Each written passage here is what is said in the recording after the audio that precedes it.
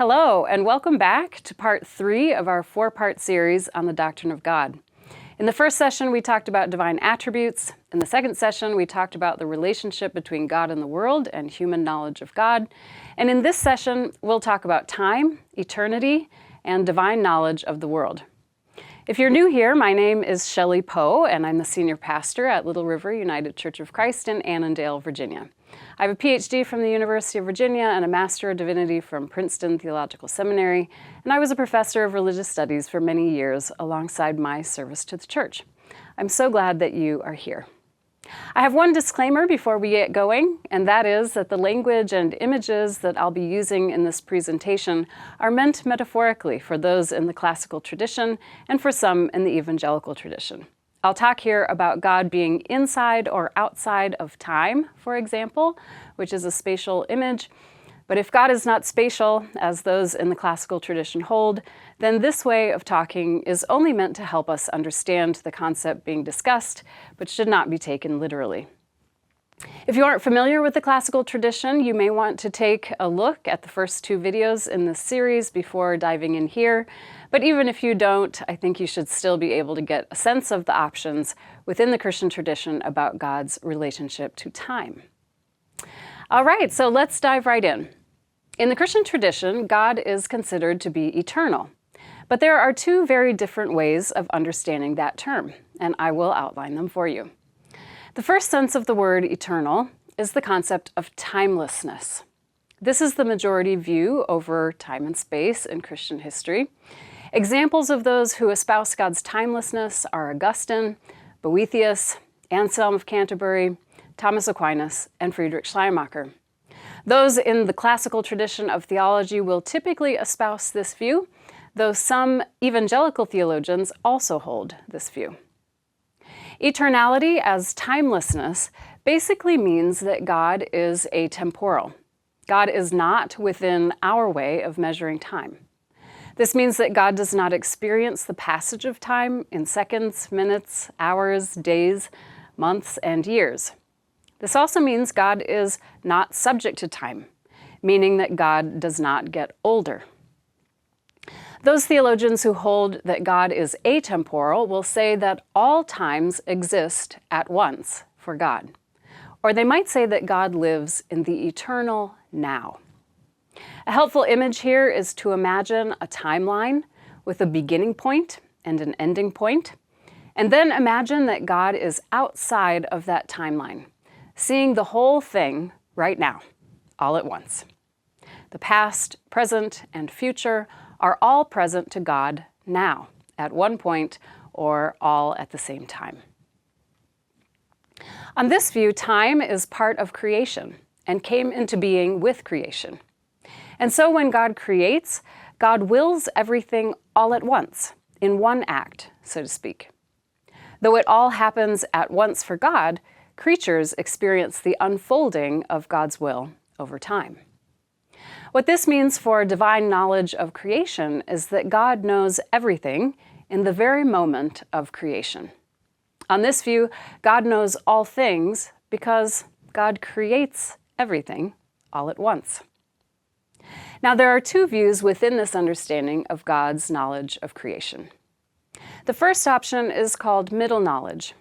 On this option, God knows all possible worlds that could be created, and then God picks the best one to actualize. In other words, God knows what would happen in each possibly created world, and God chooses to create the best possible world. The second option, in terms of God's knowledge of creation, is that God does not have middle knowledge. Here, God does not deliberate between all possible worlds and pick the best one. That's because on this view, God does not have discrete thoughts, and God does not need to reason God's way through any particular choice. God just always knows and wills the good. So God simply creates without deliberating about possible worlds. In both of these options, God is creating, redeeming, and perfecting the world. But these describing words are temporal terms used by human beings to describe the human experience of their relation to God. For God, all of these activities, creating, redeeming, and perfecting, exist as one thing. To see this more clearly, we might say that God's activity is, as one hyphenated word, creating, redeeming, perfecting. And because creation is temporal, God's activity unfolds in the human experience over time. The second way theologians in the Christian tradition have talked about God's eternality is to think of it in terms of everlastingness. This view did not appear in Christian history until the modern period, with the appearance of a philosopher by the name of G.W.F. Hegel. Karl Barth is a famous theologian who was influenced by Hegel during this time. The philosopher Alfred Whitehead, who we have already encountered in our discussions of process theology, also thought about time in this way, and he influenced process theologians like Charles Hartshorne. This is a minority view within Christian theology, looking over time and space, but it is a view that is held by process theologians and some evangelical theologians. On the everlastingness view, what it means to say that God is eternal is that God has no beginning and has no end within time. So here, God is temporal. God exists forever. Most will claim that God's essence remains the same over time, but God experiences time along with creation, and in that way, God changes. God doesn't get better or worse with time, but just changes temporally. Folks in this camp will also tend to believe that the future does not exist, or that the future is not real. And so God has to change as God remains in relationship with the world, because God is always learning new information and or changing as the future comes into being. On this everlastingness model, too, time is part of creation and came into being with creation. But here, at least on some perspectives, God decided to be temporal, to be temporally in relation with the world. And so God creates, redeems, and perfects creation as time goes on. And for them, this means that God acts in discrete or separate actions over time. In this way, God responds to the world as it develops. An image to help us grasp this concept is to think of a timeline with a beginning, but no ending point. The timeline has an arrow that is moving or developing into the future, and God is on the cusp of that arrow as time moves forward.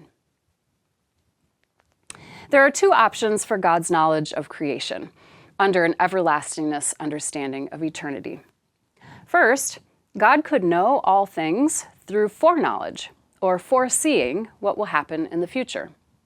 This knowledge would be based on God's knowledge of the past, God's knowledge of human nature and individual humans, and God's knowledge of how the world works.